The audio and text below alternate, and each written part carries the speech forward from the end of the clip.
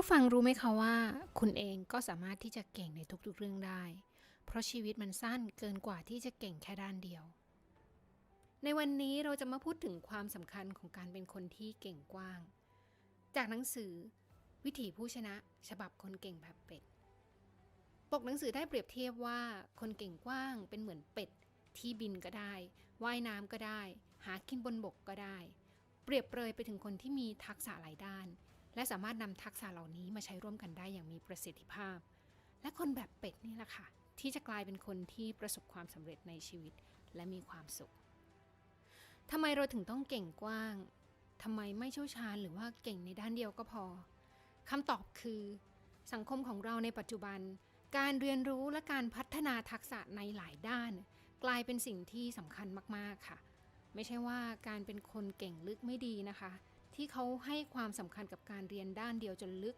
จนกลายเป็นผู้เชี่ยวชาญจนประสบความสำเร็จแต่บางครั้งความสำเร็จอาจจะไม่ค่อยแฟร์กับคนเก่งลึกสักเท่าไหร่เพราะมันมีปัจจัยอื่นที่ควบคุมไม่ได้เช่นถ้าคุณเกิดในครอบครัวที่ร่ำรวยคุณก็มีโอกาสมากกว่าคนที่เกิดในครอบครัวที่ยากจนแค่จุดเริ่มต้นคุณก็ได้เปรียบคนอื่นแล้วพ่อแม่คุณเป็นใครคุณเกิดที่ไหนคุณถูกเลี้ยงดูมาอย่างไรหน้าตาดีไหมและปัจจัยอื่นๆอีกเพียบเลยค่ะนี่คืออุปสรรคของคนที่เก่งลึกถ้าคุณเก่งลึกจะเป็นเบอร์ต้นๆที่แน่ๆเลยคือคู่แข่งคุณเยอะแน่นอนใครก็อยากมาแทนที่คุณอยากมาแข่งกับคุณวันนี้คุณอาจจะเก่งที่สุดแต่สักวันต้องมีคนที่เก่งกว่าคุณแน่นอนแต่ถ้าคุณเก่งกว้างคุณไม่ต้องพึ่งปัจจัยพวกนี้เลยค่ะคนเก่งกว้างมีอิสระมากกว่าในการเรียนรู้แล้วนำทักษะเหล่านั้นมาใช้ร่วมงานกันโดยที่คนอื่นไม่รู้เลยค่ะว่า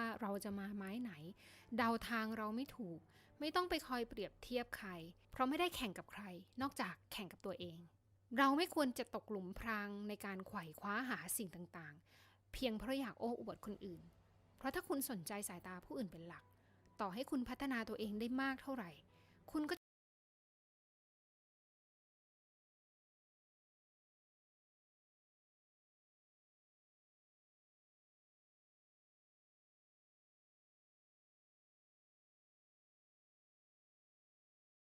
are In my first high-level Godot tips video, I talked a little bit about how you control a character, and I wanted to touch a bit more on the physics system, and I also wanted to dive a little bit deeper into export variables and using type hints, because type hints can be really useful in Godot 4, because in Godot 4, not only can type hints be useful for auto-completion, they can also help with performance for GDScript. So let's take a look at these. Here on the character body 2D, you have far gravity, and it's an int, and project settings, and then git settings, and you're like, well, okay, well, that's great. Where is this? So project settings, and you just want to come down to physics 2D, and then here's where you'll find the gravity. And right now it looks like 980 is the default number, and that'll probably be the default number unless you've set up something specific for your own project or for, a template or something. Depending on what you're doing, though, you may not need gravity involved at all.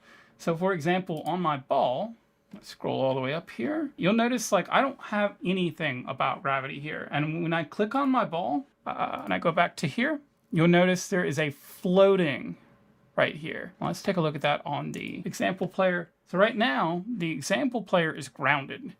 And so it's going to have some stuff here like the floor. And this stuff on the floor is really the big thing. But and an up direction, by the way, as well. So if you wanted to make a game where you had to walk upside down for parts of it, you'd probably just want to flip this up direction at certain points once they cross into some sort of area or something. That's probably the way I would try to do it at first anyway. If I change this to floating, though, you'll notice several of these settings go away, and you'll now just get the wall slide angle. And that'll really be it. And it'll know, I believe this is no longer affected by gravity as well. It's just important to keep this floating or grounded in mind, depending on what you're trying to set up. And so that's just really, really helpful. And the floating mode can be helpful if you're, not doing a typical like player, you're doing like a ball that floats, or you're doing a ship or something like that. All right, and so move and slide and move and collide. These are very very common in Godot, especially when you're talking about a player or something that's going to move or be controlled, or enemies even. What this piece through here is doing, this is setting the velocity. Move and slide, I believe, is actually applying the velocity. And move and collide the same way, except that move and collide will also detect your collisions. So move and slide, you can do things like wall slide, like you can do that and realize that you're against a wall. But when it comes to like being able to bounce back like a ball would on a a Pong game or something like that, that's where you'd use something more like move and collide. And this move and slide, it doesn't have to be called directly here in the physics process. If you were doing something like a state machine, you could call move and slide from inside the state machine. You just want to make sure that you give whatever function that you're doing. So like if you had a move function, you want to make sure that you pass delta to the move function, because you will need that for any kind of velocity stuff potentially. Godot 4 actually includes delta within velocity itself. So if you're not needing to do, this is very basic. If you were actually going to apply some acceleration to it as well, instead of just having this kind of on and off like this is, then you'd want to make sure you use delta when you apply that acceleration. So you'll notice I'm calculating the ball speed here, and I'm saying velocity times speed times delta. And that's the current velocity times the speed I have set up here, and then times delta time, or delta as it is in Godot.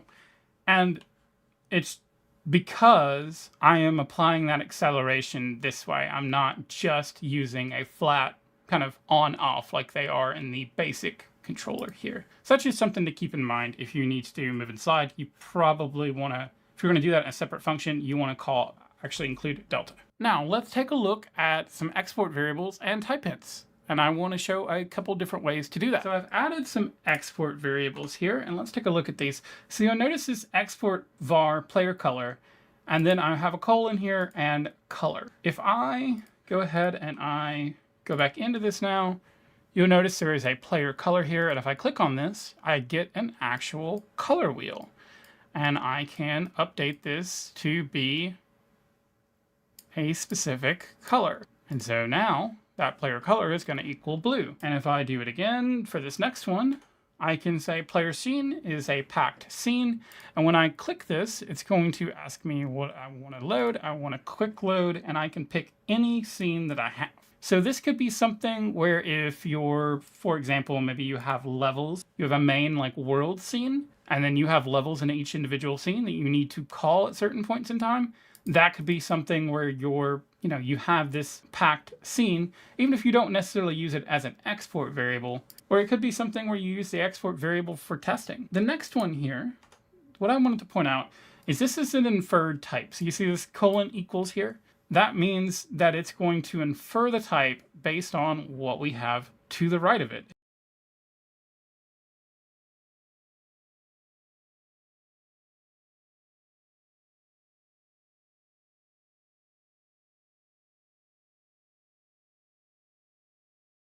And in this case, it's going to infer that this is an integer.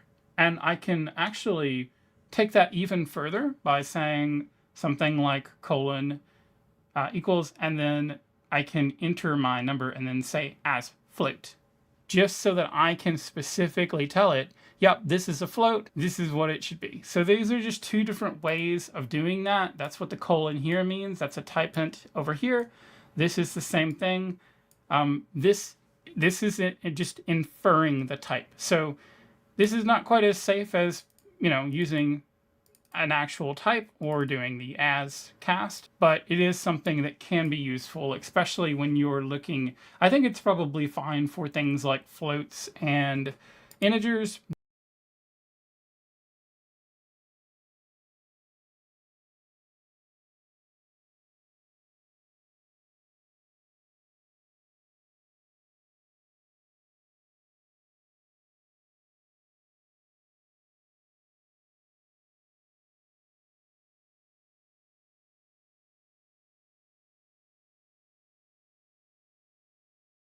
But when it comes to something like a function that you're going to make it equal, or you're going to, call it something else, that's where it's probably more important. Like here, like gravity down here. It's probably more important to specify that this is an int because we have no idea what this particular number could be right now. If you change that from an int, you'd obviously want to change that. The inferred types and the casting as a type, they're actually going to help you speed up your GDScript if you end up using GDScript. So that's something really important to keep in mind, and I think it's really useful. It also is very helpful if you were trying to do something like autocomplete, because autocomplete will be able to better interpret this. I think type hints can be really useful. I am glad that they're becoming more and more common in Godot 4 and GDScript. I am hoping that we will continue to see these evolved, and I will include a link to the inferred types discussion in the documentation. I think it's quite helpful. So like I say, to me, export variables and type hinting in particular is really useful in Godot 4. I think as GDScript gets better, I'm hoping that we will see more type hints and better utilization of those type hints, because to me, a lot of times I prefer a more strongly typed language. So I'm excited to see what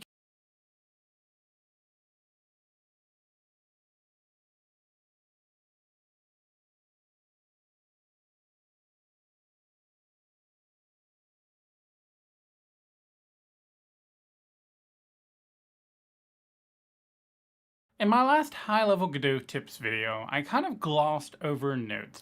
In this video, I want to take a deeper dive into nodes, and I also want to try to talk a little bit more about how you might access a particular node in code. I know in Unity, something like getObject was fairly common, but that's not always the way you want to do things in Godot, and oftentimes there are better ways to get to the particular node you need to get to.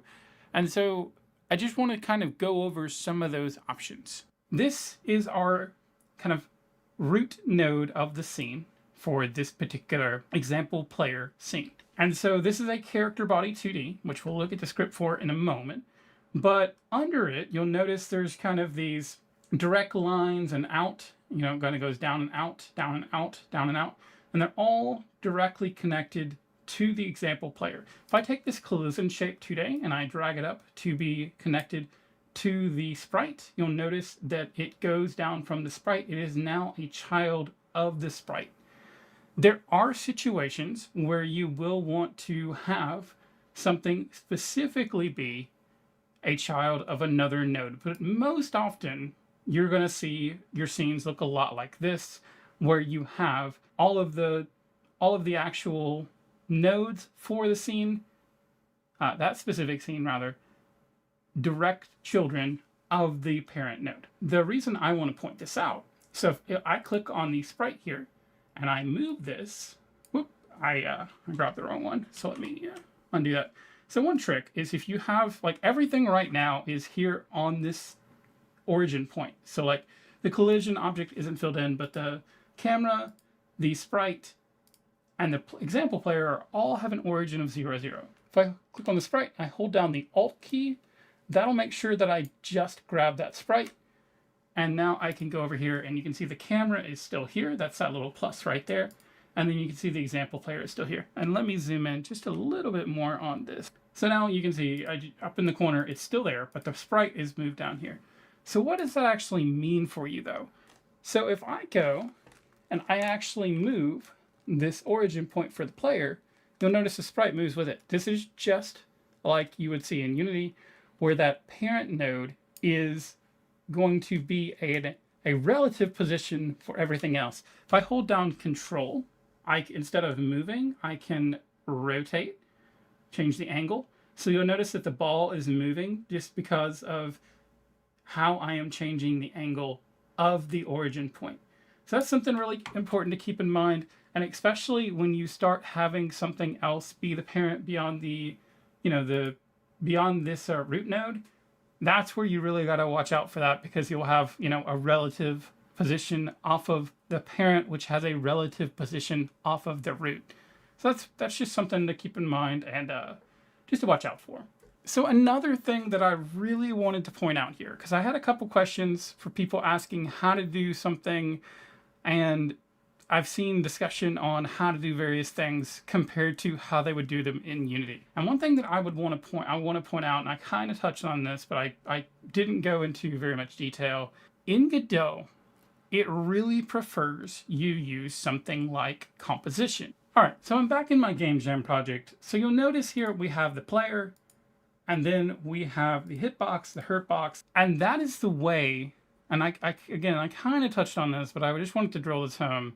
This is generally the way they prefer you to create a more complex setup in Godot. So up here, the player node is again a character body 2D.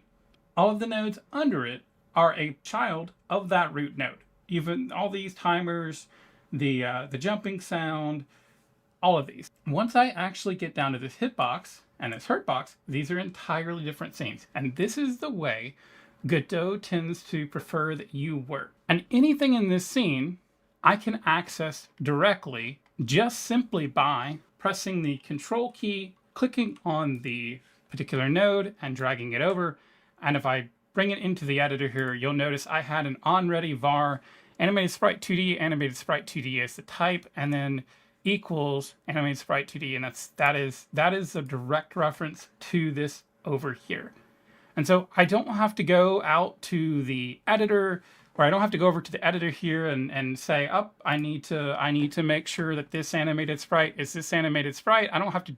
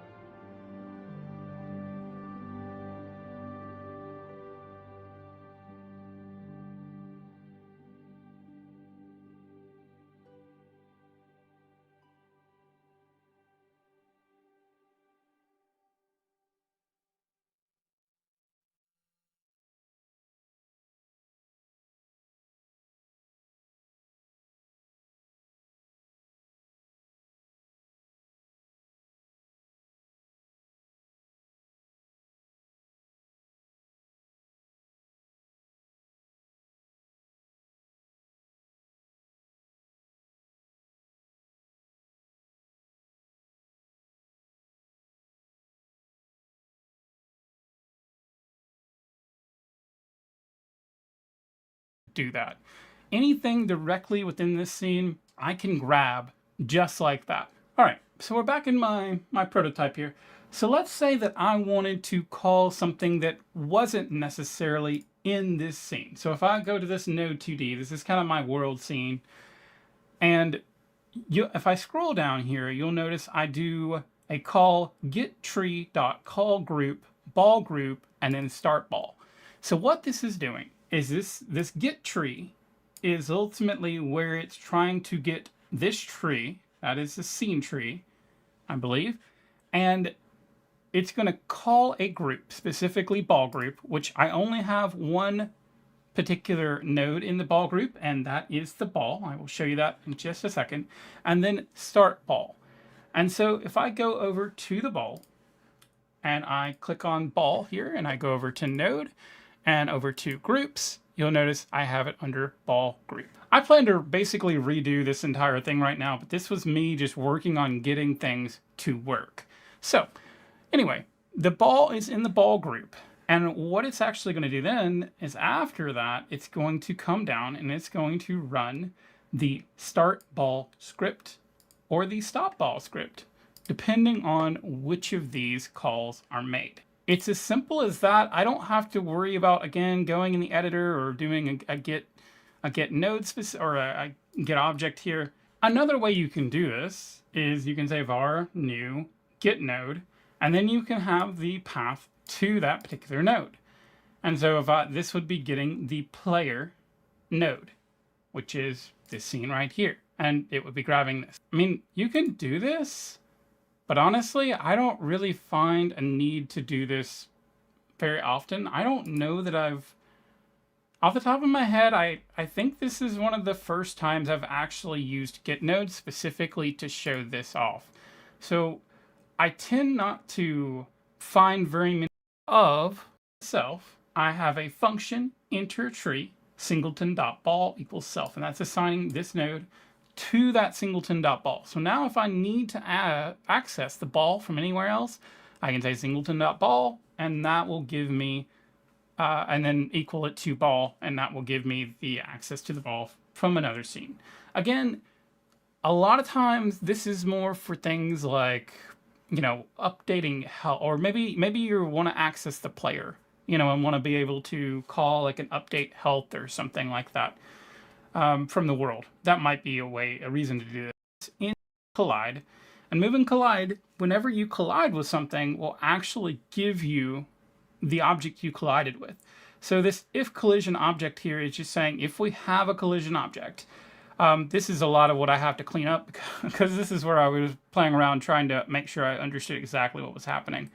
But yeah, you know, this is where I'm saying velocity bounce, collision object, and then get normal. So ultimately this is making the ball bounce off the paddles or bricks or whatever. So, and then down here, that's another thing where again, I'm getting the actual object I collided with get collider.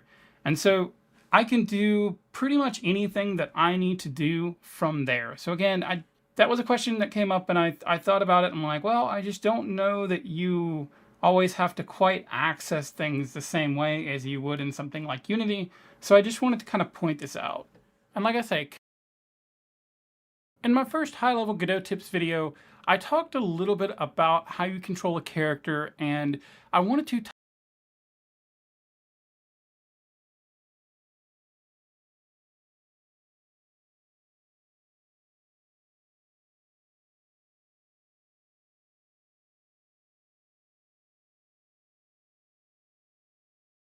Today I wanted to talk about how to make a character move on a tile map like it's part of the tile map grid.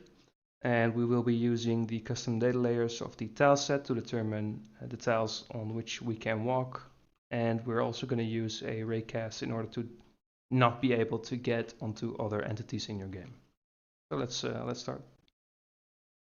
So, which also includes character being pressed in direction local word now, and then we can say after we set the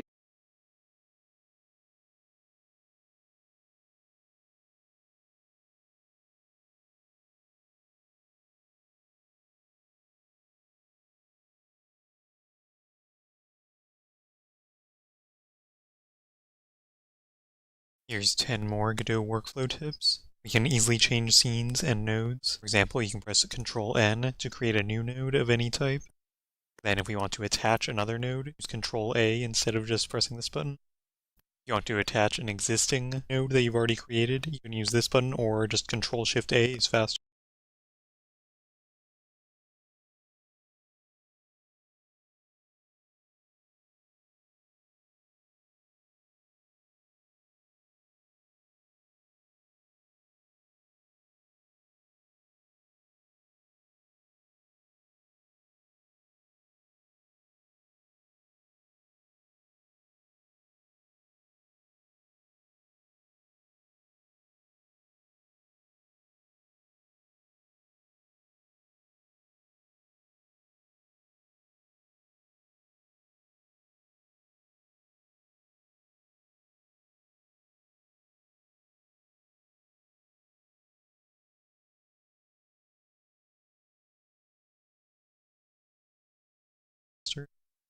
We can choose to run individual scenes instead of just having one main scene.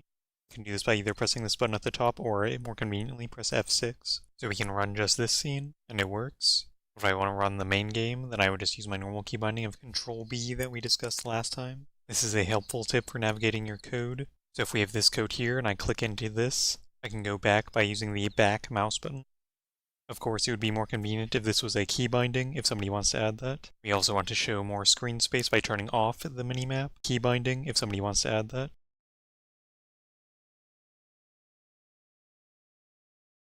In your code. So if we have this code here and I click into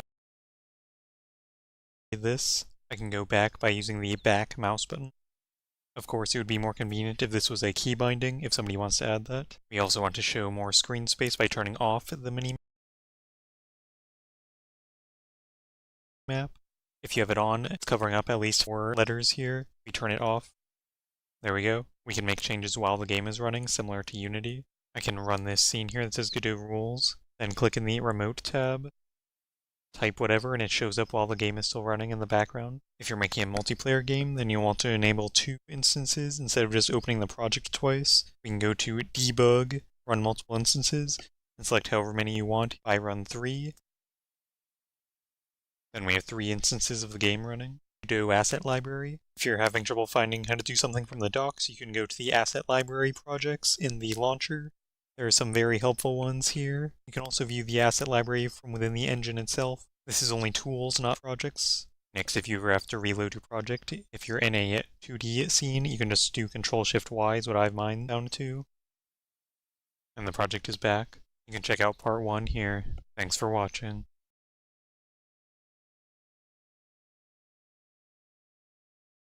Today we're going to be talking about how we can have a 10x workflow in Godot. So the setup for this, let's go to our editor and project settings, and we're going to set the keybinds so that we can edit the rest of our shortcuts. So to set the rest of our keybindings, first we'll go to editor settings, shortcuts, and down here let's set this to Control K. And then we also want to set our project settings. So I have mine set so that I can use Control P or Control J, but if you want a different one, you just press the plus button. We also want to be able to test quickly, so we're going to use the same button to start and stop the game. So I personally use Control B. Default ones are always on the left side here. So if I just press Control B to start the game, then it's here, and then I can press Control B to stop again. Very quick to test. When we want to make edits in our code, we can move lines around. I have mine set to Control Shift up or down. So for example, if I have this line, Control and Shift, and then press the down arrow key, I can do that to move this line to wherever I want to. Control Shift up to go upwards. We can also change the capitalization. I have mine set to Control L for lowercase and Control U for uppercase. So for example, I highlight this text here and do Control U, and then I can do Control L to make it lowercase. Find and replace is also very useful. So if you want to replace in all files, you can do Control Shift R. So I will replace this text here. I'll press replace, and then I have to replace all, no undo. Be careful though, because this is not intelligent. So if I replace the word main, that would replace main in this variable as well, so just be careful. Next, we want to be able to show more of the editor at once. I personally use Control E for this.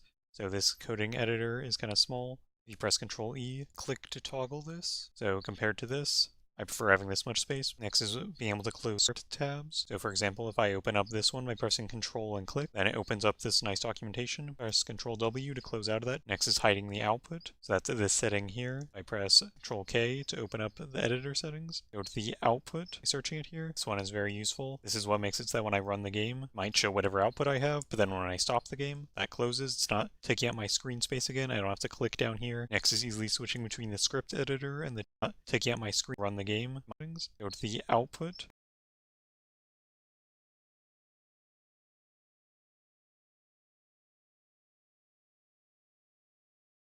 Searching it here. This one is very useful. This is what makes it so that when I run the game, it might show whatever output I have, but then when I stop the game, that closes. It's not taking up my screen space again. I don't have to click down here. Next is easily switching between the script editor and the 2D editor. So I have mine set to F1 to go to 2D view, F3 to go to scripts, and here's an anti-helpful thing that's built in. So there's a keybind to quit, but I don't want to accidentally press this and quit out of my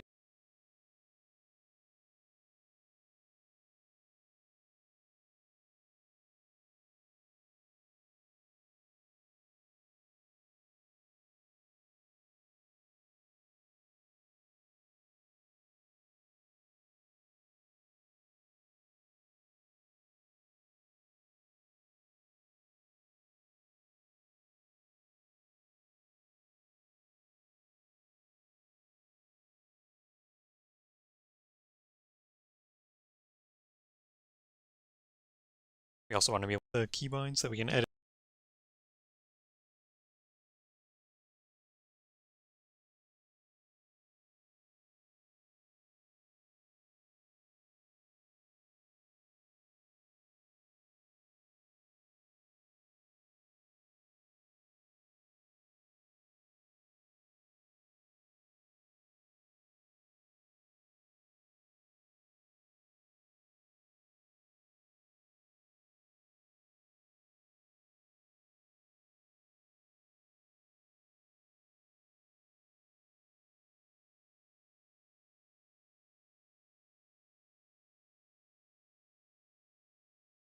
edit the rest of our shortcuts. So to set the rest of our key bindings, first we'll go to Editor, Editor Settings, Shortcuts, and down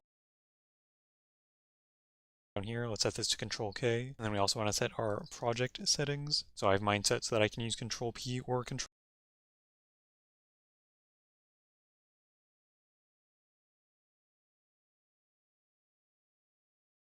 J, but if you want a different one, you just press the plus button. We also want to be able to test quickly, so we're going to use the same button to start and stop the game. So I personally use Control B. Default ones are always on the left side.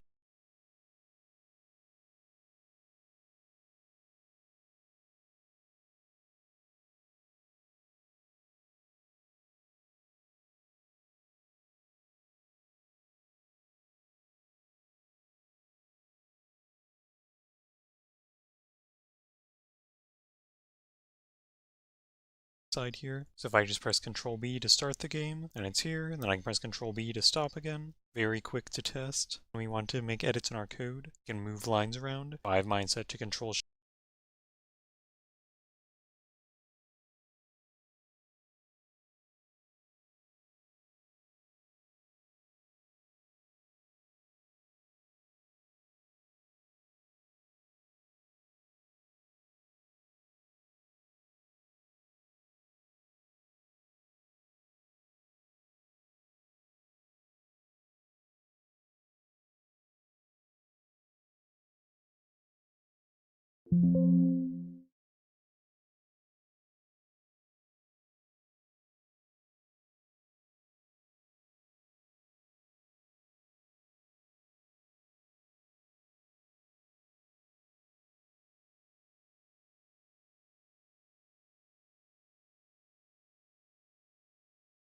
Shift up or down.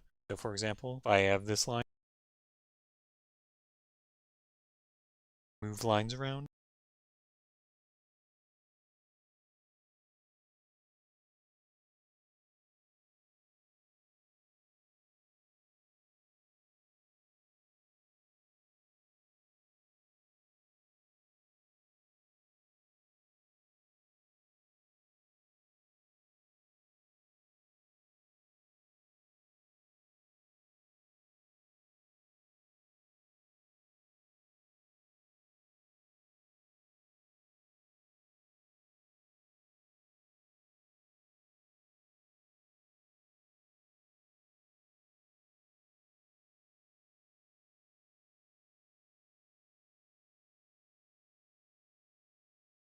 Down. So for example, if I have this line,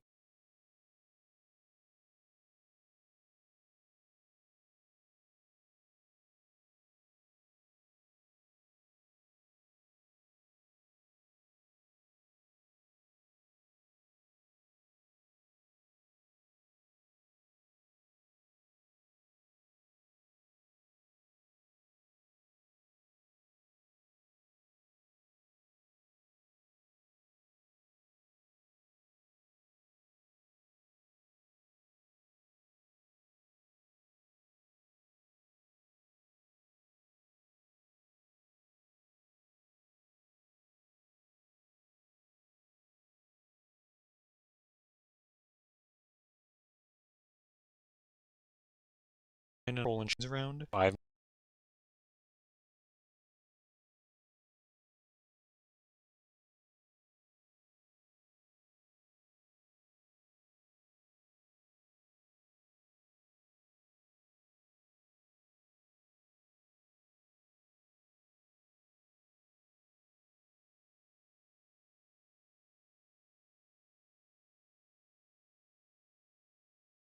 Mindset to Control Shift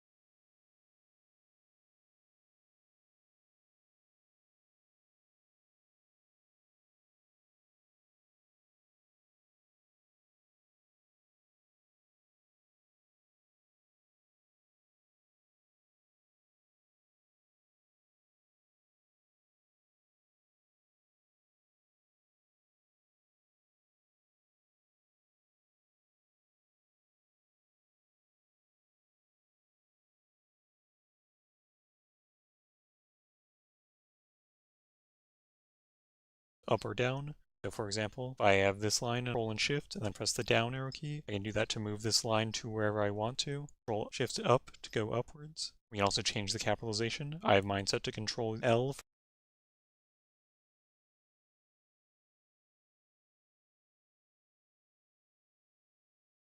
Mindset so that I can use Control P or Control J, but if you want a different one, you just press the plus button. We also want to cut shortcuts, so just let's set this P or Control J, but the game. So I personally use Control, and it's here, and then I can press move lines around.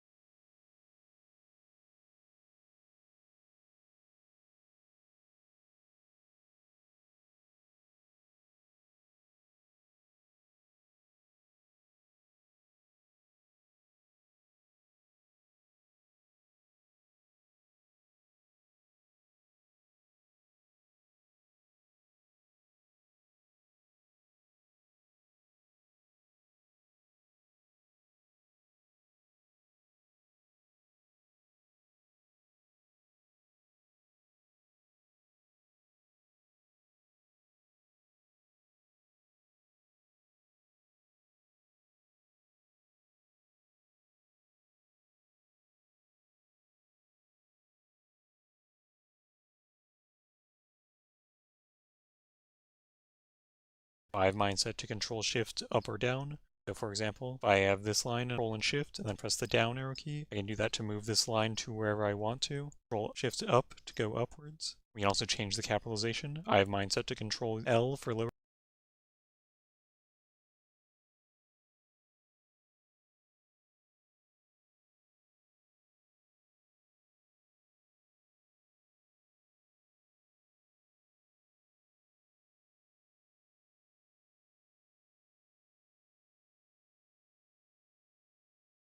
Lowercase and Control U for uppercase. So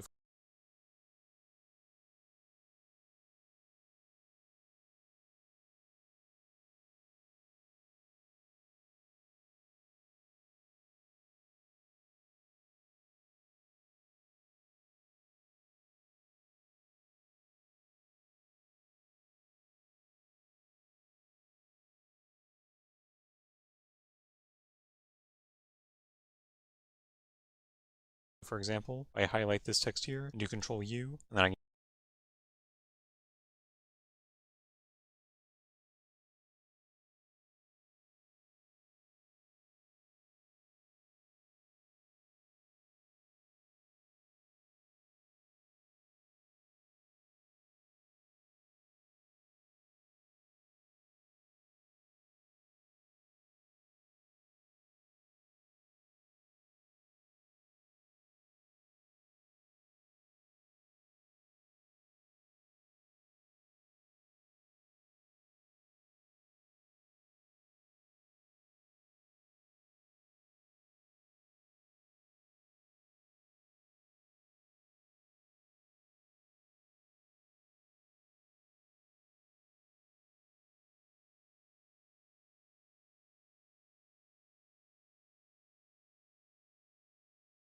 can do Control U for up.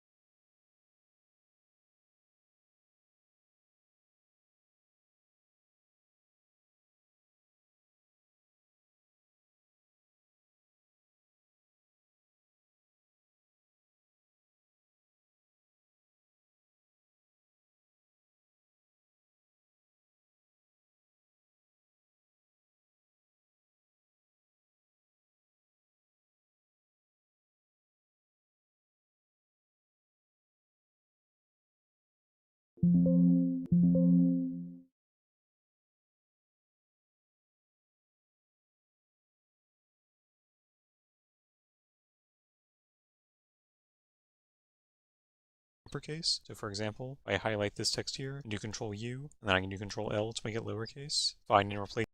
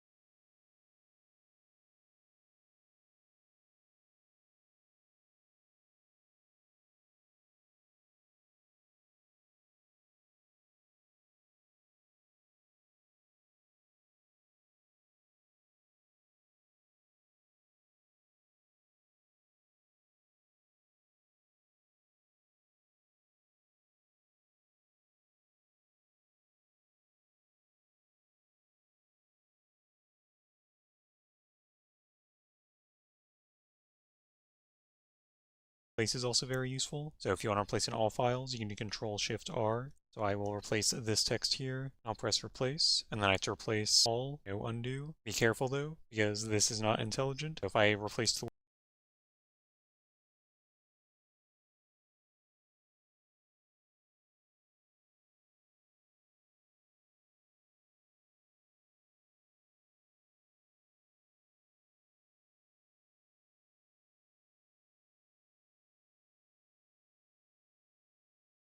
word main, that would replace main in this.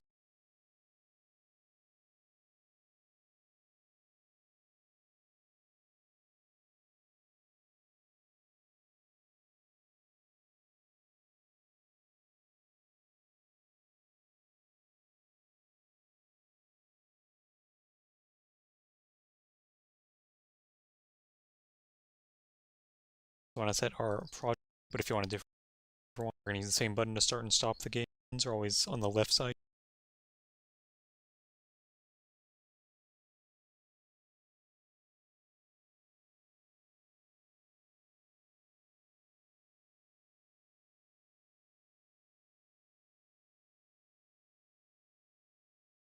Here. So if I just press Control B to start the game, and it's here, and then I can press Control main in this variable U for uppercase. Text here, place, because this is not intelligent. So if I replace the word main, that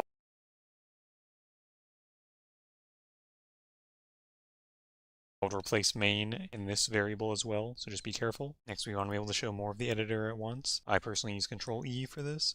So this coding editor is kind of small. If you press Control E, click to toggle this. So compared to this, I prefer having this much space. Next is being able to close script tabs. So for example, if I open up this one by pressing Control and click, then it opens up this nice documentation. Press Control W to close out of that. Next is hiding the output. Much space. If you press Control E, click to toggle this. So compared to this, I prefer having this much space. Next is being able to close script tabs. So for example,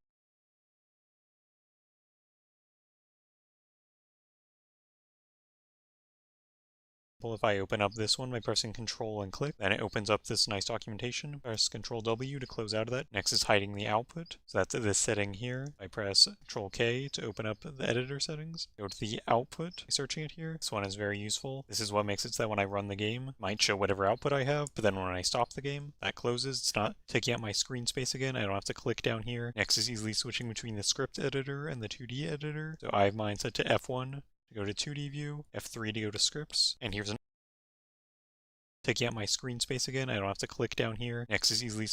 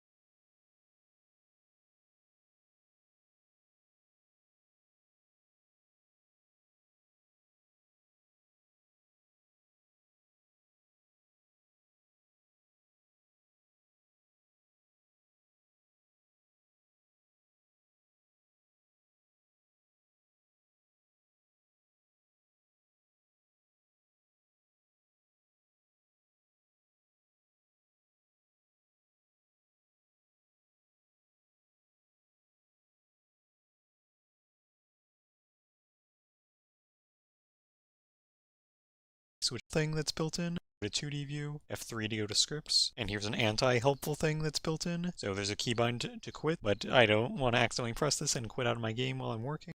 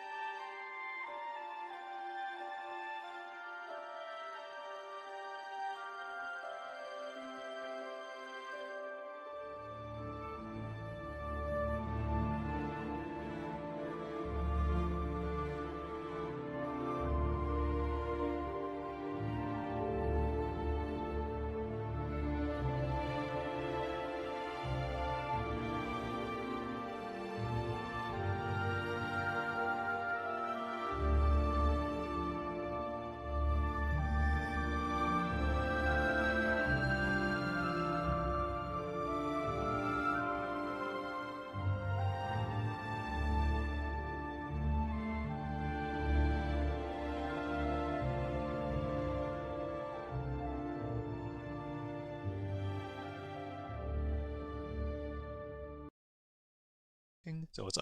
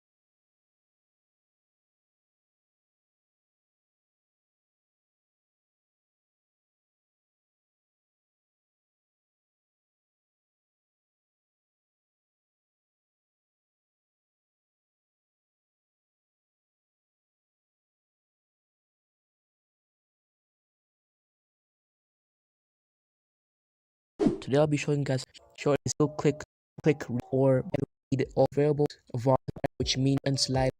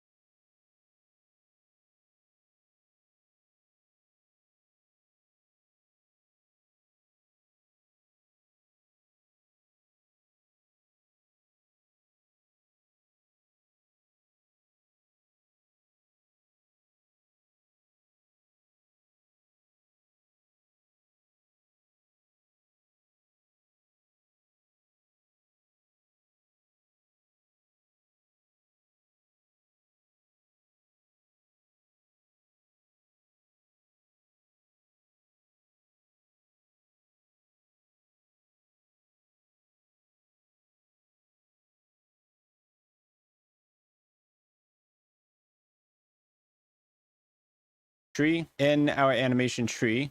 Next, be sure to set up the animation. You can right click on the graph and add in 3 going to be idle, or let's see, blend space. We want to start off in the idle animation, and then we want to go to the walk animation if our character is moving. or back to idle if our character is not moving.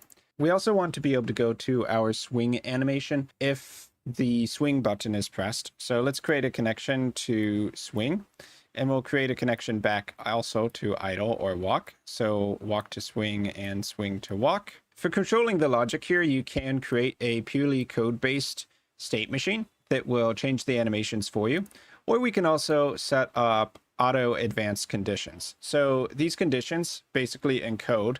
We just set something like idle when we want to switch back to idle as a Boolean, or is walking if we want to switch back to walk. And we can have a condition like swing pressed when we want to transition to the swing animations. So you can have the logic actually occur inside of the animation tree. And that's what we're going to do for this character's player logic. So for going back from the swing state, let's change the switch to at end.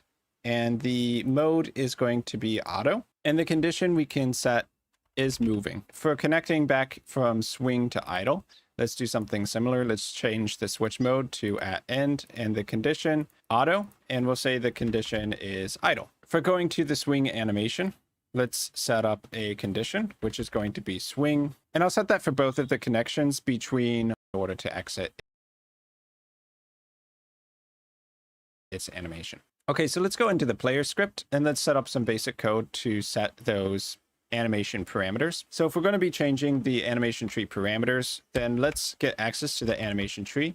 OnReady var animation tree is the type animation tree. And we're going to say equal to $animation tree, which means we go in the hierarchy, we find the node named animation tree, and we assign it to this variable animation tree when the script starts on ready. So basically now we can set parameters on animation tree. So let's make a new function and we'll say update animation parameters. So if we want to set those parameters up, we can go to the inspector of the animation tree, expand parameters, and you'll see those conditions that we typed in are actually going to appear here. Okay, so now to actually set these parameters, we have the parameters set up inside of our little animation tree. If you look at the inspector and you expand down to parameters, conditions, you'll have these Booleans that we set up. Idle is moving and swing. So if you right click on these, you can copy their property path. So if we go into the code and hit Control V, you'll see the path appears with parameters / conditions and then the name of the condition. To actually set it appears be the property path. So if we go into the code and hit Control V, you'll see the path appears with parameters / conditions and then the name of the condition. To actually set it, let's delete that for a second and type in animation tree, which refers to the animation tree node that we are referencing up here at the top. And then in square brackets, put in parentheses and then Control V to paste in the property that we're trying to set. So if we reference animation tree and then the path to the property, that means we're setting this Boolean value here. So for this value, we'll set it to true if a certain condition is met. And then the condition we'll use is going to be if velocity is equal to vector2 dot 0. Okay, basically we're not moving, then idle is going to be set to true. And also at the same time, we can set is moving to false. And also for the if, it's two equal signs to compare values. We're not assigning them. So let's also set is moving to false here. So I'm going to right click on is moving, copy the property path, and let's do animation tree. And then in square brackets, parentheses, Control V, paste in the condition, and we'll set that to false. Okay, so the property path, and let's do animation tree, and then in square brackets, parentheses, Control V, paste in the condition, and we'll set that to false. And for this value, we'll set it to velocity. Basically, we're not moving to them. So let's also set is moving to false here. So I'm going to right click on is moving, copy the property path, and let's do animation tree, and then in square brackets, parentheses, Control V, paste in the condition, and we'll set that to false. Okay, so otherwise, if the velocity is not 0, then we are moving and we're not idling. So let's take Control C, Control V, paste them down here, and just reverse the true to false and the false to true. Okay, so that handles those. For the swing animation, we need this to trigger if the swing button was just pressed down. Right now, we don't actually have a swing key. So let's go up to project settings, input map, and let's add a new action. So this will be, I guess we'll say it's the use action. So we're using whatever tool we have in the hand. And then let's add a key to this. I'll use F on the keyboard. So just press F and then hit OK. And now F is going to use our tool. So let's close that. Okay, so now we can add the check for if the use action is pressed or if it is not into update animation parameters. So let's check if input, and this is kind of a global object you can reference. So you don't need to set it up in the inspector with an export variable or anything. So we're checking if action just pressed, and the action we're looking for is the use action. So put the string for that. So if the use action is just pressed, then we'll say animation tree, and then we need to put in the parameter path. So right click on swing in the inspector, copy property path, and paste it in. So if use was just pressed, then swing is going to be true. Otherwise, we'll say that swing is false. Now this is like a pretty simple way of doing it. We could also like have a timer where after 0.25 seconds of a button being pressed, we would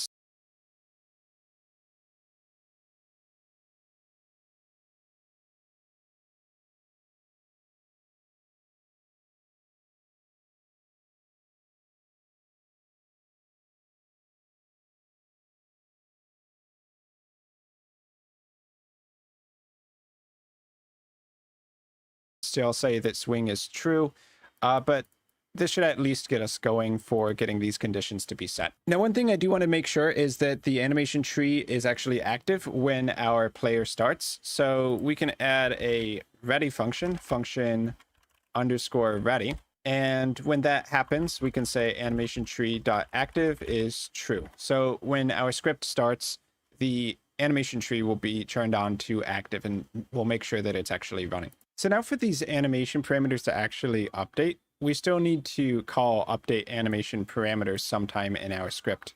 So we could use the normal process function for that, I think. So let's do function_process delta, and then just do update animation parameters. So let's go ahead and hit play and see if anything actually happens when we move around. So as you can see, visually speaking, nothing's happening yet. So one way we can check why that might be occurring is going to the scene view while the game's running and click on remote. So in remote view, we're looking at the currently open game, and we can drill down to the game level and look at the animation tree of our player. So if we click on that, you'll see the conditions being set here. If I start moving, is moving actually gets set to true. And if we stop moving, idle is set to true. So the conditions are working, but the animations are not yet. And the reason is that we simply haven't set up the animations inside of our blend spaces. So exit the game and go back to the animation tree and take a look at the animation state machine here. And we need to open up each of these blend states or blend spaces and edit them. So inside of a blend space, we have a 2D graph, and the animation tree will automatically select which animation to play based on how close to the value of the nearest animation that we happen to be. So if you click over here to create points, that's how you add an animation to the blend space. So click on create points, and then I'm going to click on the far left in the center and then add a animation, and we're looking for idle left. So that is going to be at position 0. So that's going to be at position 0 for Y and -1 for X. Now we can go down here for the idle right. Let's go to the far right over here, left click, add animation, idle right. For the top and bottom animations, because I want left and right to be prioritized, I'm going to change the max for the Y to 1.1 and the min for Y to -1.1. So basically, if we press two directions at once, it'll end up coming closer to the left than it would to the top if our input is somewhere up here, because we're putting the Y value further away than the X value. Anyway, and down here at the bottom, so up, add an left click, add animation, idle up. And then down here at the bottom, left click, add animation, idle down. So left click on each point and make sure their values are correct. So up here, this one's 0, 1.1, that's correct. The bottom one is -1. So we want to pull that further down to be -1.1. And then on the far right, we have 1, 0. And on the far left, we have -1, 0. So now we set up the other blend spaces just like this. So go to the walk blend space and we're going to put 1.1 values. So we want to do the same thing for swing. So set points going to be walk. So it's very similar to how spaces. How do you set the X, Y values inside of them? So it's very similar to how we set up the animation parameters. If we click on animation tree, you'll see that there are blend position. Position is we get the direction that our character is moving, and we set the blend position to that normalized vector blend position, and we're going to set that to the input direction. So paste in the path to the blend underscore tree, square brackets, quotation marks, paste in the path to the blend position, and we're going to set that to the input direction. So up here in physics process, we were getting that direction as a local variable. Let's actually make this a script wide variable. So I'm going to remove the var here. Then I'm going to go up to the top and type in 2.0 before we start doing input. And we're going to update it as a variable since that's now up here at the top. And once you do that, it should go away. So we're setting this variable whenever we update our physics process now. And this is already a normalized vector. So we just need to take the direction and set the blend position equal to that. So equals direction. And we need to do that 3 times for swing and walk as well. Parameters, we can just type in here, swing, and if we hit play now, we can see that the animations do change, but it doesn't entirely appear to be correct here. So let's check the animations, edit the idle blend space, and let's look at each of these nodes. So down here is idle down, idle up, idle left, and idle right. Okay, and let's check walk. So we have walk up, walk down, and this one should be down here to negative 1.1. Okay, up there is positive 1.1. Over here is walk right, walk left. I think we actually need to inverse the walk up and the walk down, since up is actually down on the y-axis. So this should be walk down, and down here this should be walk up. So you can just change that in the inspector. Okay, let's do that for all of them. This should be idle down, and this should be idle up, and then swing. This should be swing down, and then up here should be swing up at the bottom. Oh yeah, of course. Also here, we're trying to have it once again like the discrete, and so that is looking much more correct here. Another minor issue we need to clean up is that when we press the F key to do the swing, but we're facing left and right, it actually plays the walk animation, but up and down work fine. That's simply because I messed up and I set the walk animation inside of swing instead of the swing animations. So if we click on the left point over here, we can see the animation is set to walk left. That should of course be swing left. And over here on the right, it's set to walk right, which it should be swing right. Okay, now with that, if we go in here, we can test all 4 directions: swing left, swing right, swing down, swing up. Okay, so the animations for our character are pretty much working correctly. One thing I want to change though is that the character moves way too fast. So we're probably going to slow him down by at least swing to return. It has to wait condition.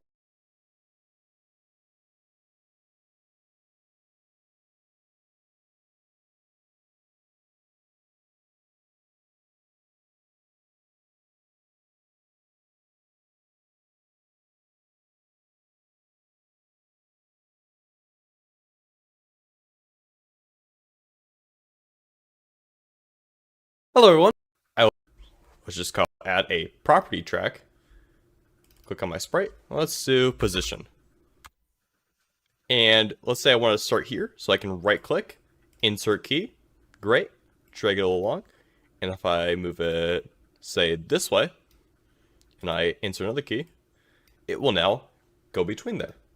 I can also add sprite, rotation, here, let's do anything, such as the texture or visibility.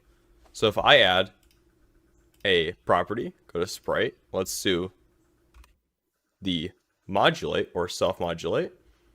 I can insert a key. And if I go over here, I can set this to be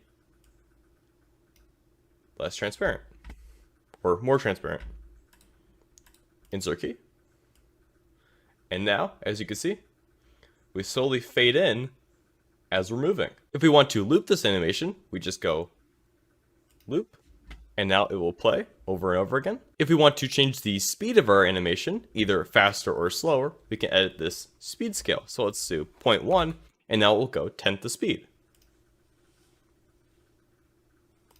And twice the speed. Now over to scripting, I will add a script to my animation player.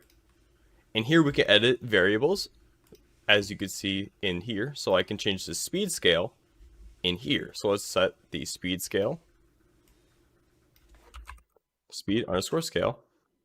We'll get 0.5 or 0.5.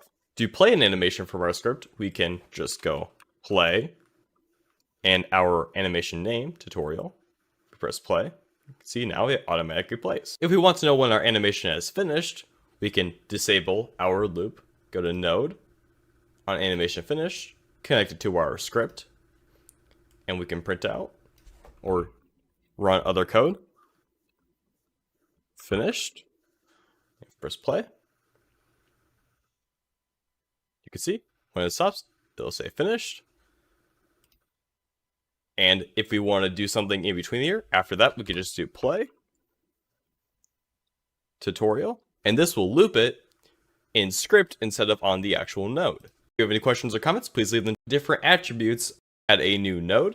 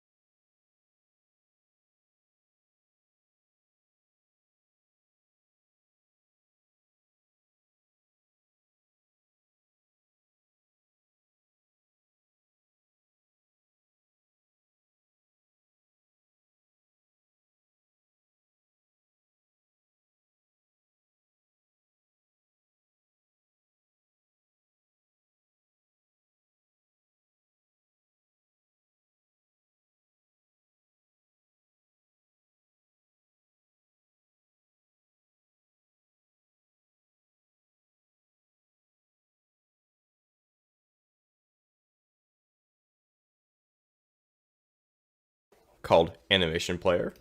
Object, let's just call it etc. You need to add a track. So, and let's say I want to start here. I move it, go between there. Just transparent or more transparent. Insert key.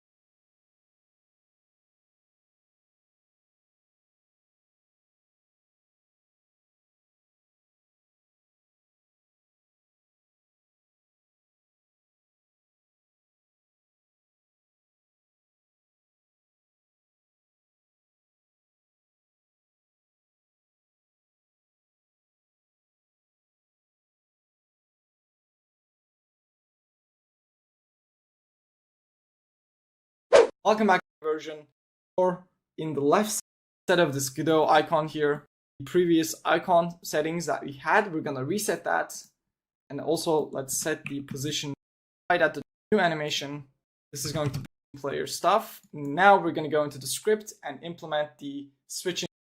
As you can see, the viewport is much smaller, so we can take the player a little bit, scale this. Different options actually. We can either use a normal speed, it's going to give us more power in the future. We can do cool turn off to implement the idle animation. You can see that we have some scaling applied from the previous icon settings that we had. We're gonna reset that. And also let's set the position to be lined up with the x-axis. We need to go into the animation settings. I think this one has 10 different frames. So inside of the animation settings here, we're gonna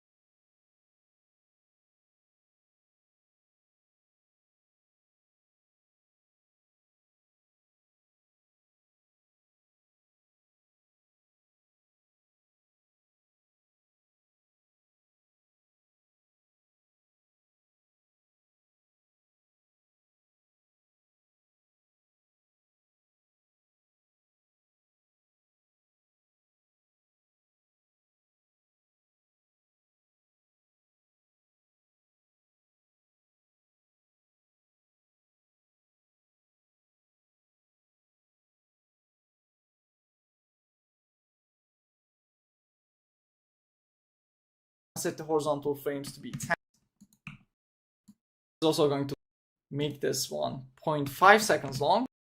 And underneath it is very zoom in a little. This one has 3 horizontal frames.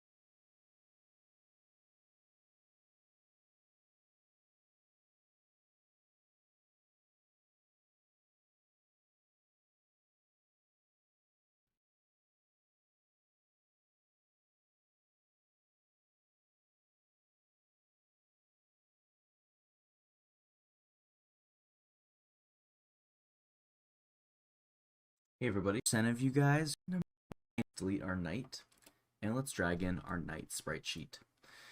And as you can see, he looks pretty good, but he looks very blurry. So we're going to delete him, go project, project settings, renderer, or rendering, and then textures, and then default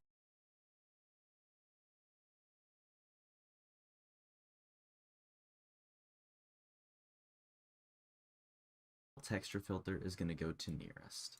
So that means whenever we drag in something new, it's always going to filter is going to go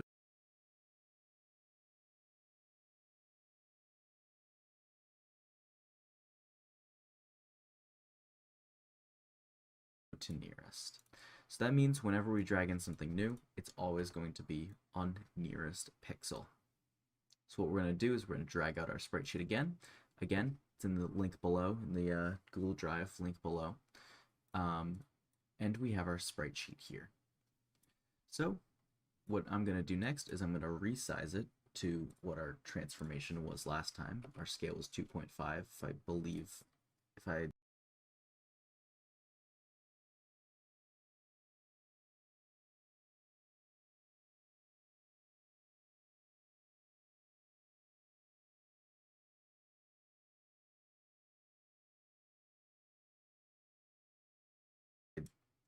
correctly remember. And I'm going to set him to where he should be. Next, we need to figure out how to actually animate this guy. So as you can see, we have at the top, we have a movement animation. In the second one, we have a really quick attack, I believe. The third one, I don't even know what this is. The fourth one, I don't really know what this is either. It might be like, oh, this might be like casting a spell. And this fourth one might be like a cheer. Fifth one is death. Sixth is jump. Seventh is like a animation for like a cheer or whatever, another one. And the final one is an attack. So what we're going to do is we're going to count. We love counting. So as you can see, 1, 2, 3, 4, 5, 6, 7, 8. So we have 8 walking animations. So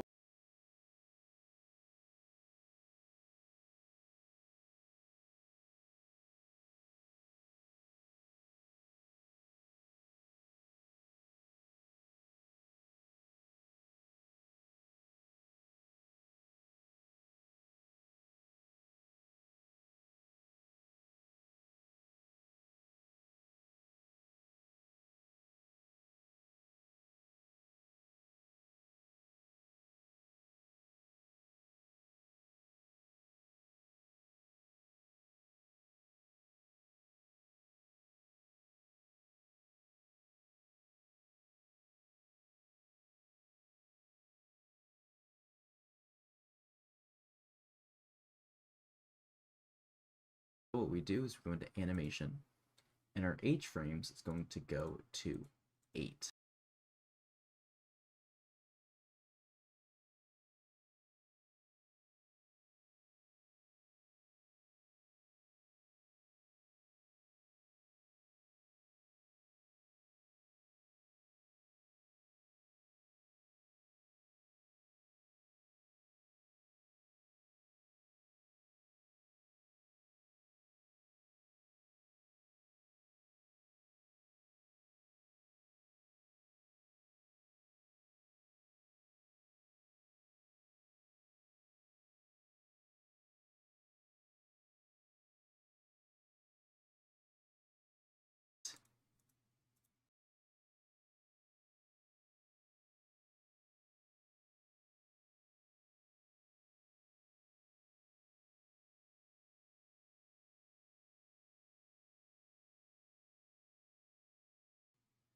Now we need to count how many vertical animations we have.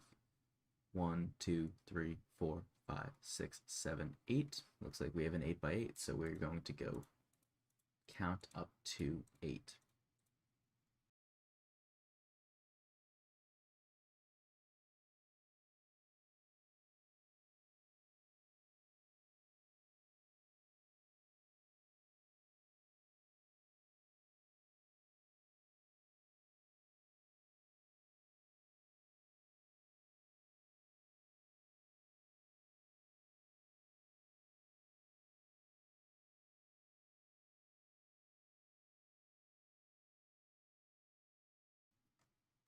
And now we have our knight again. And again, we're going to put him under the collision shape to make him look nice. And then I'm going to hide the collision shape so that we can animate him without being too gross. His position's already at 0, 0, which is perfect. And let's get it.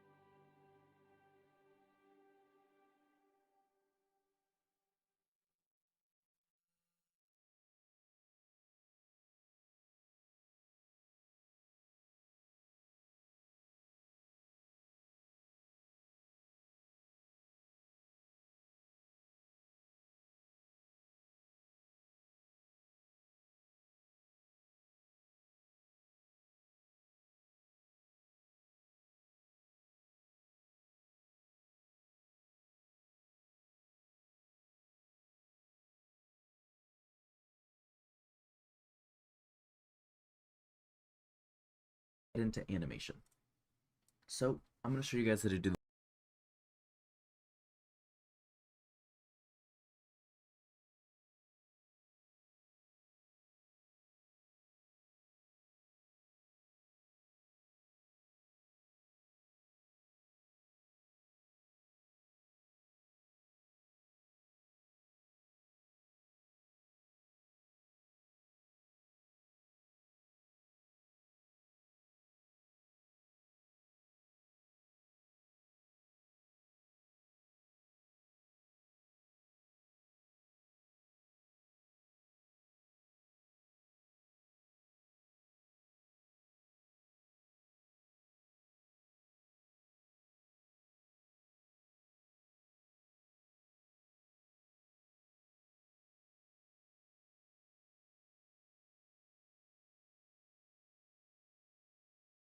the walk animation and the attack animation for today, and I'll do like the quick attack as well.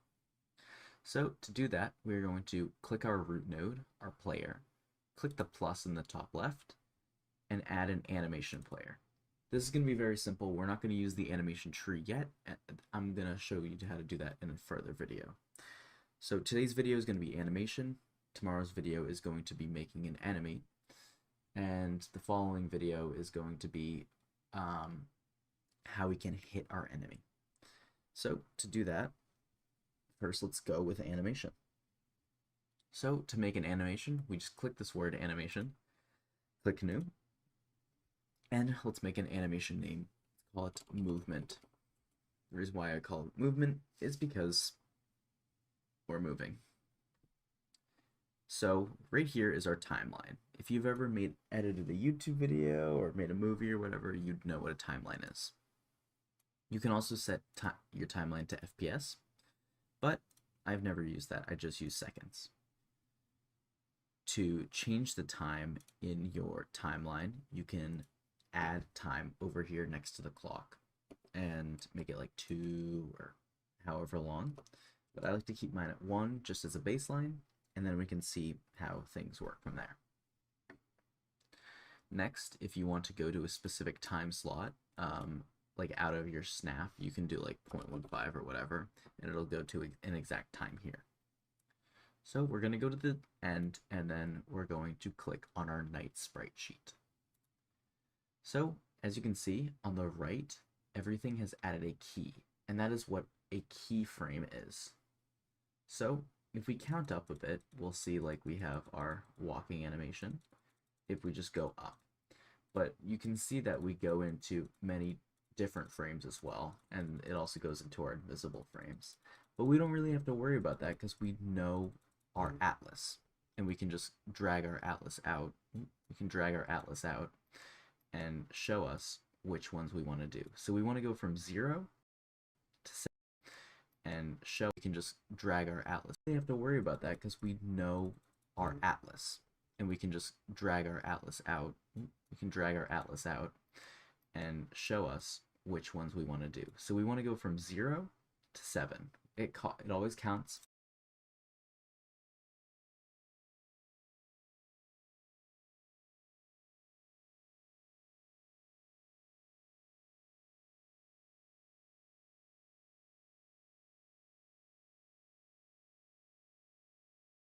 From 0. So frame 0 is our standing still, and 7 is the final one in our walking animation.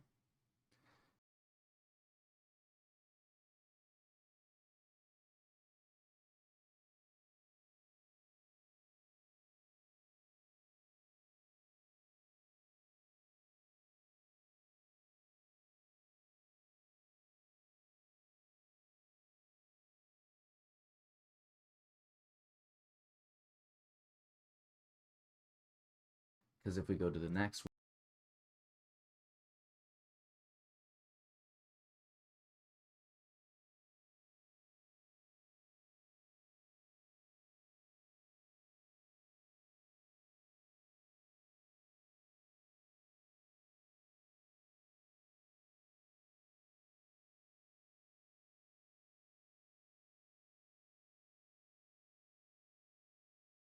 one, it's like or casting or whatever. I don't know.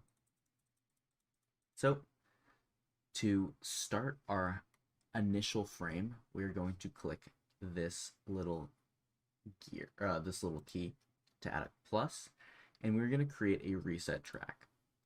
A reset track is just the track that allows us to go to our reset where we're going to go. Next, we just click the key, our key to add a plus, and we're going to create a reset track.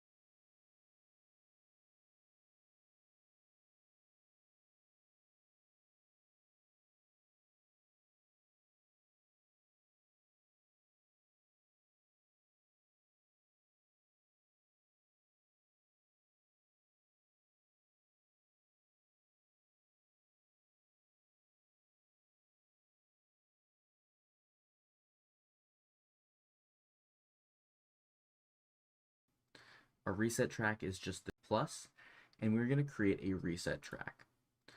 Little key, we're going to click this little gear, this little key to add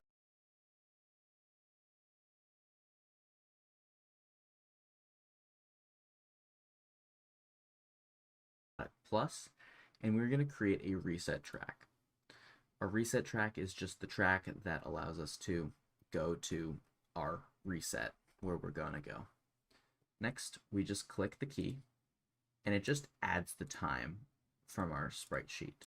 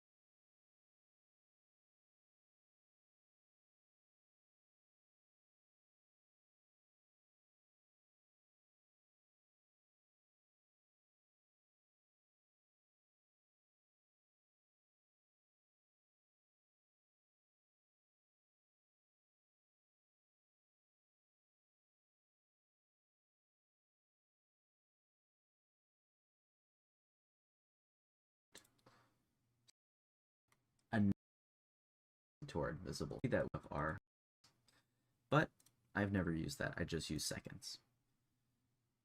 To change the time in your timeline, you can add time over here next to the clock and make it like 2 or however long, but I like to keep mine at 1 just as a baseline, and then we can see how things work from there. Snap, you can do like 0.15 or whatever, and then we're going to click on our night sprite sheet. So as you can see on the right, everything has added a key, and that is what a keyframe is. So if we count up a bit, we'll see like we have our walking animation if we just go up, but you can see that we go into many different frames as well, and it also goes into our invisible frames. But we don't really have to worry about that because we know our atlas. and we can just drag our atlas out. We can drag our atlas out and show us which ones we want to do. So we want to go from 0 to 7. It always counts from 0.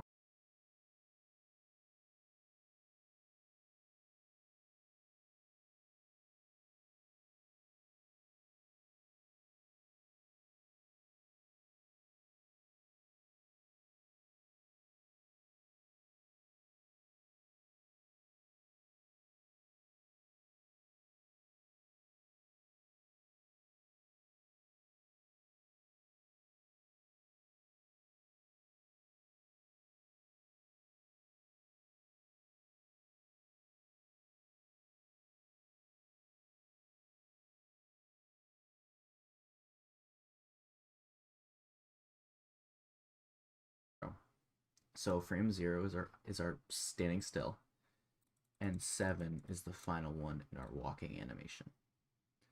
Because if we go to the next one, it's like we're casting or whatever. I don't know. So to start our initial frame, we're going to click this little gear, this little key to add a plus, and we're going to create a reset track. Our reset track is just the track that allows us to go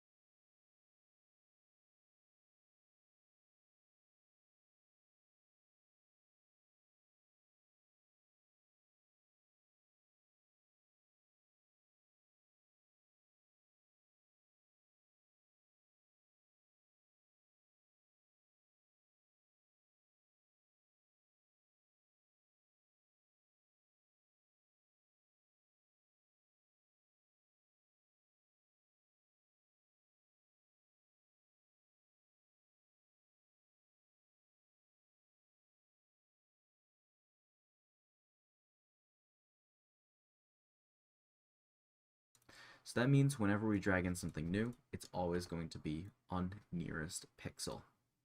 So what we're going to do is we're going to drag out our sprite sheet again.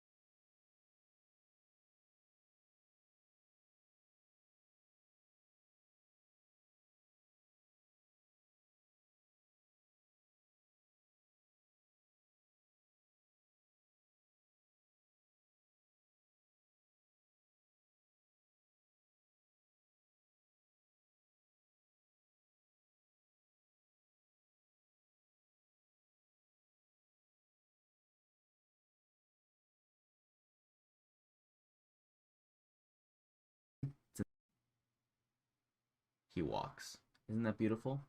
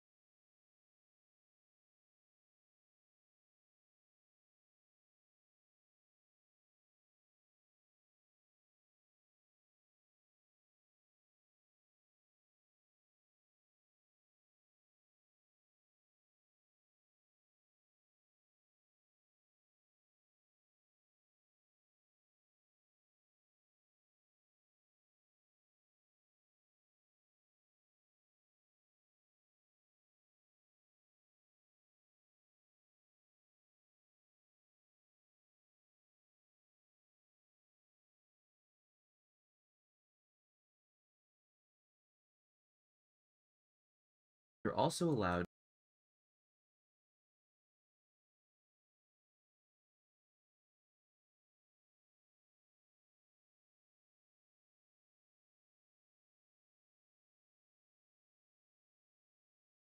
Hello. So first, your IO, very blurred. 24 horizontal animations. We need to add a new node called animation player, and we can call this player animation or anything you want. And in here, we will be selecting these sprites for every direction we're moving and our idle. So let's say we want to walk right. So we add a new animation. We can title it walk right. We add a prop, select the back to our character. We find where the frame. Okay. We add a property track. We select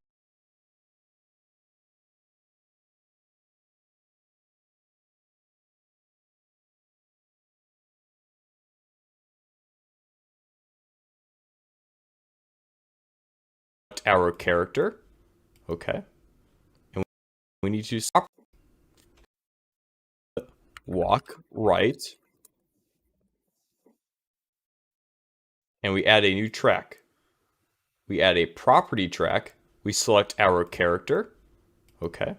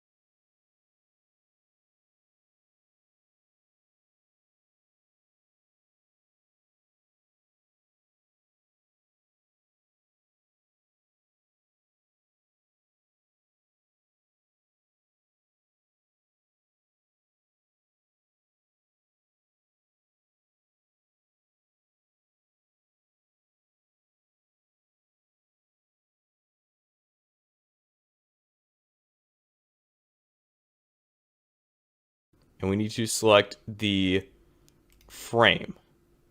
Okay. And now we go back to our character.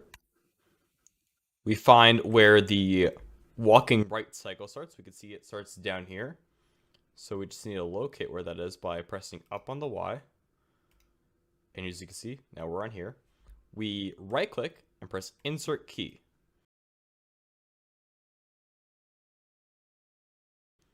See, now we're on here. We right click and press insert key.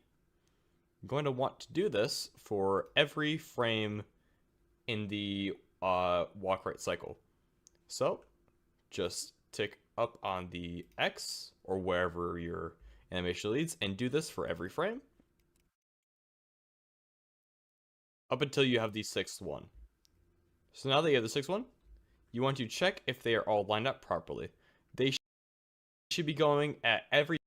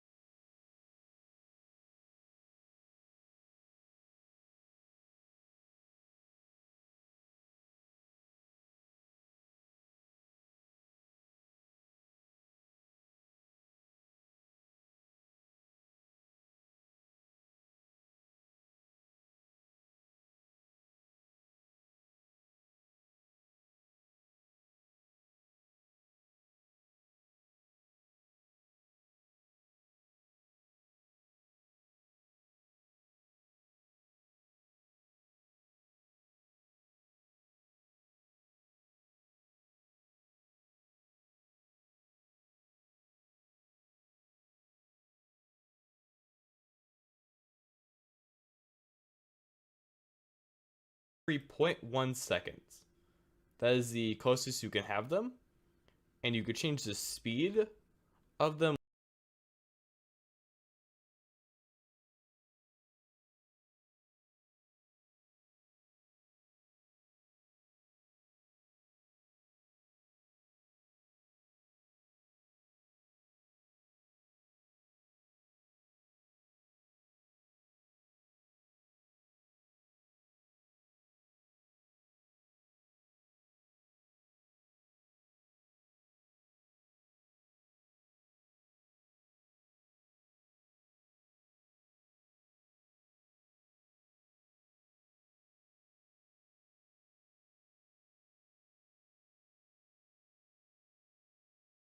Later. So once it goes up to 0.5, you want to set this to 0.5.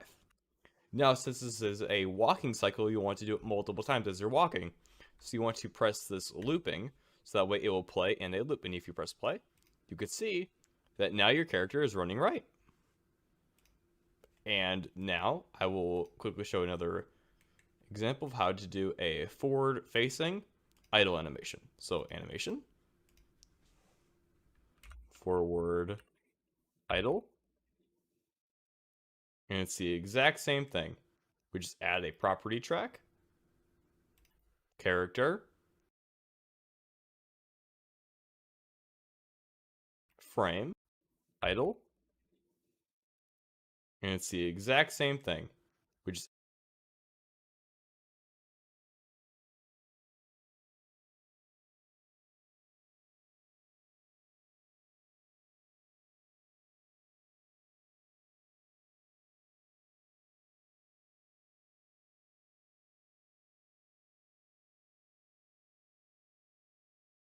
add a pool. And it's the exact same thing. We just add a property track, character, frame. We select the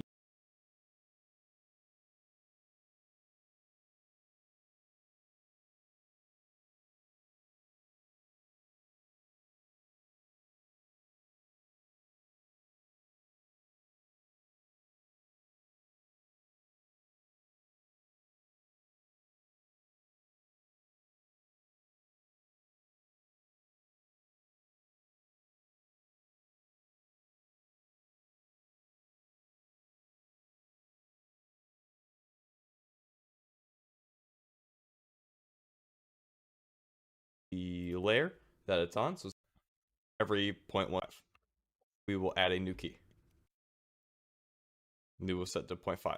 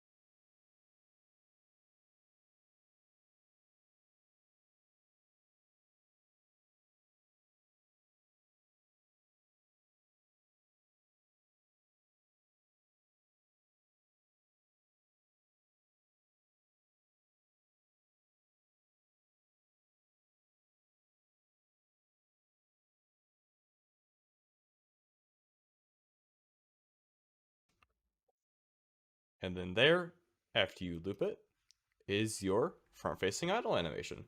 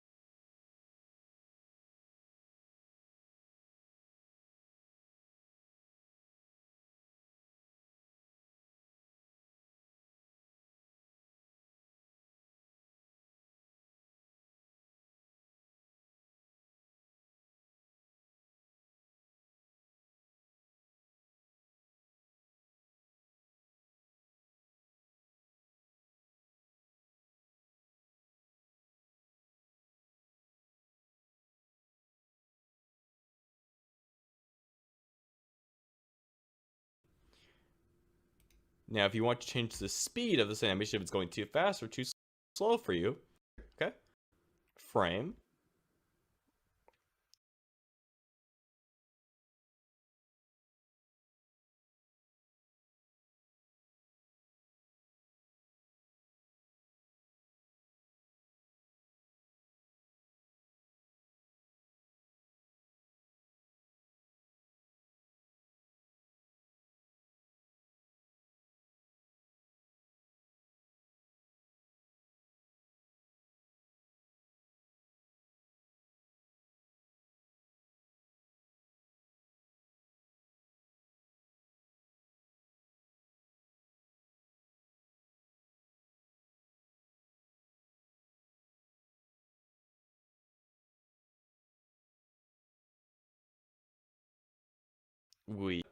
so for varying speeds to play. And here you could set the speed of your animation.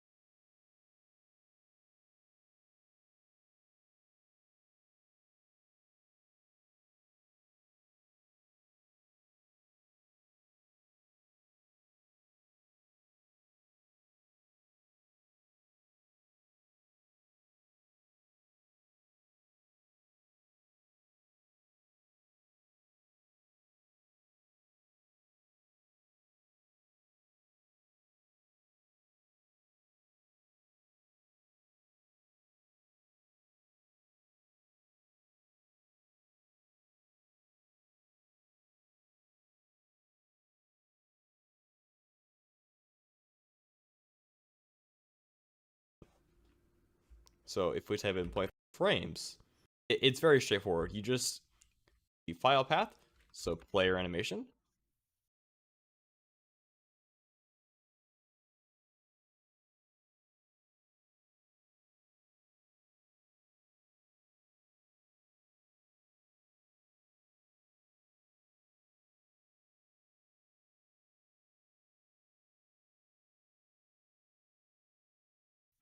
Okay, and you do dot play, and you select your animation that you want to play, and this will run on the start.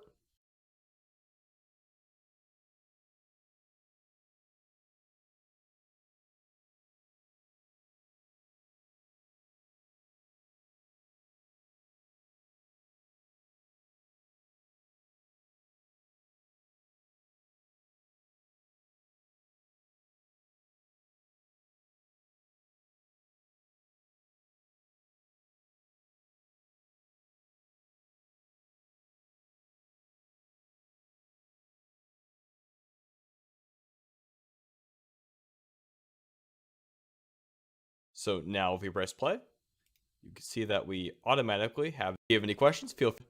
Idle animation. All right, I hope you guys found.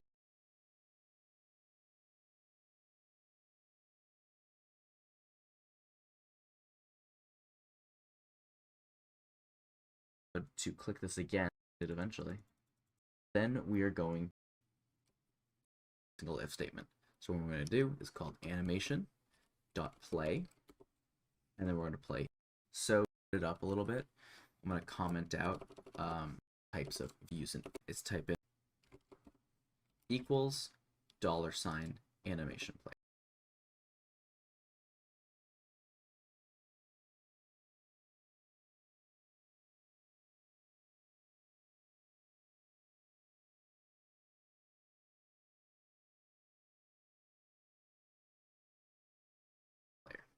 What $ animation player means is it takes a reference to our child called animation player, and it is then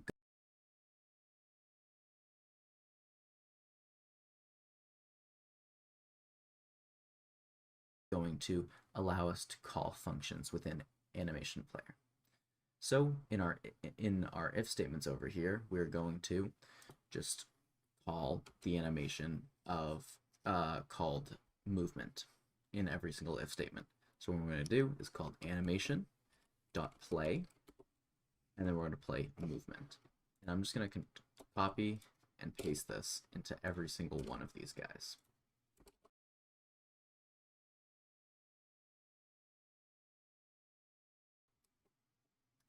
So now what we're going to do is press play, and now we're moving, and now we move forever, which is kind of stinky.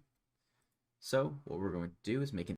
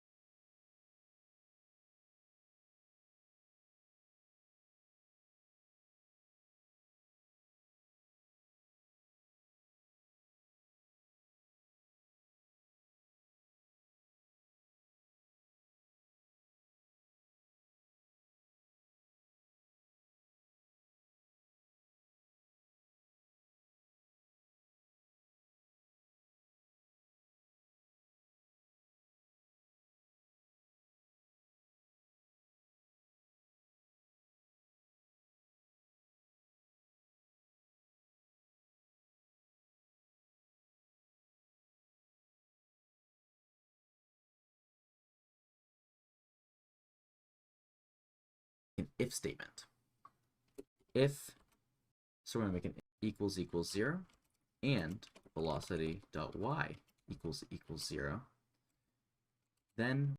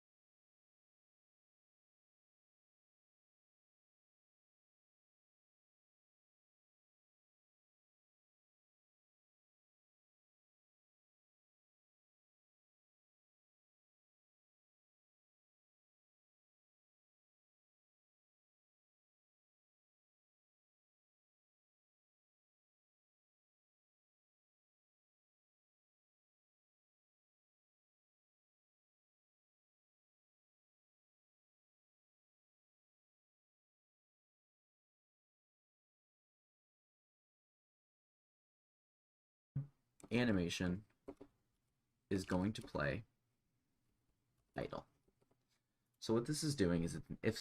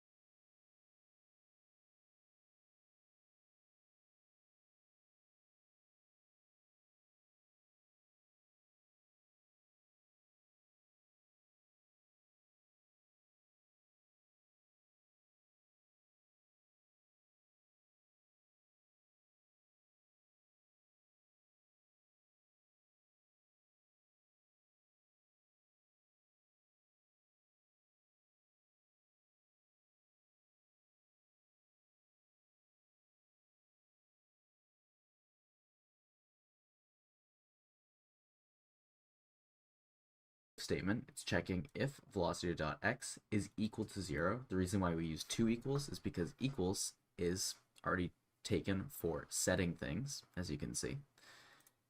And the word and allows us to check if something else is true. And if only one of these are true, it's not going to work. Both of them have to be true. Instead of the and, you can also use two ampersands. This is what I typically use, but since I'm showing you guys keywords in Godot.